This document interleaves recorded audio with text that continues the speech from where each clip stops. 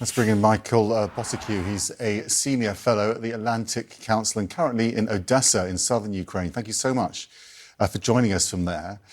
Do you think that's right? Do you think Donald Trump's had a reality check about Putin?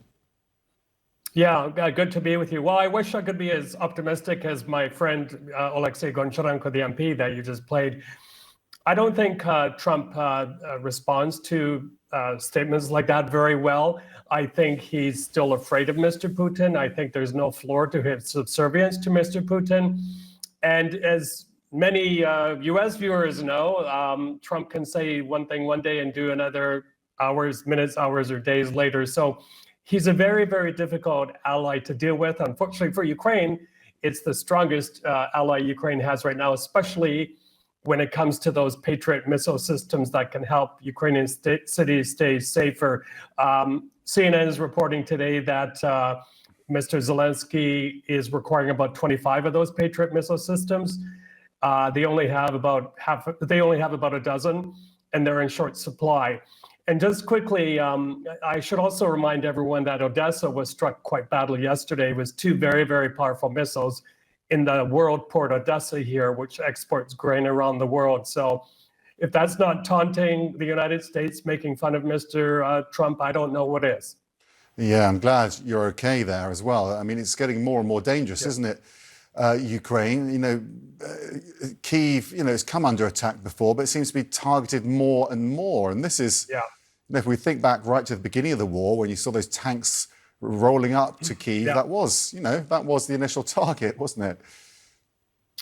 Absolutely. And Nick Payton-Walsh, your colleague, also reported today, and I've seen those very same reports on Ukrainian social media, that in the next days or weeks, we could see up to 1,000 drones a day, and that would completely overwhelm Ukrainian cities as well. I think we're at a little bit of a turning point here. I've just spoken for about 10 minutes to a former merchant marine member from Odessa. And he says as soon as he can, he will leave Ukraine. I'm hearing that from many others. And he also said for especially young Ukrainians to come back, they not only want to come back to a peaceful Ukraine, but also a Ukraine free of corruption. And that's a war which is not being persecuted very well by the Zelensky administration, I should say. If Putin is taunting Donald Trump, obviously a very dangerous game, he's got the biggest military in the world. Where is Trump's leverage with Putin? What can he use against him? I think the only leverage there is to say to Mr. Putin, okay, enough is enough.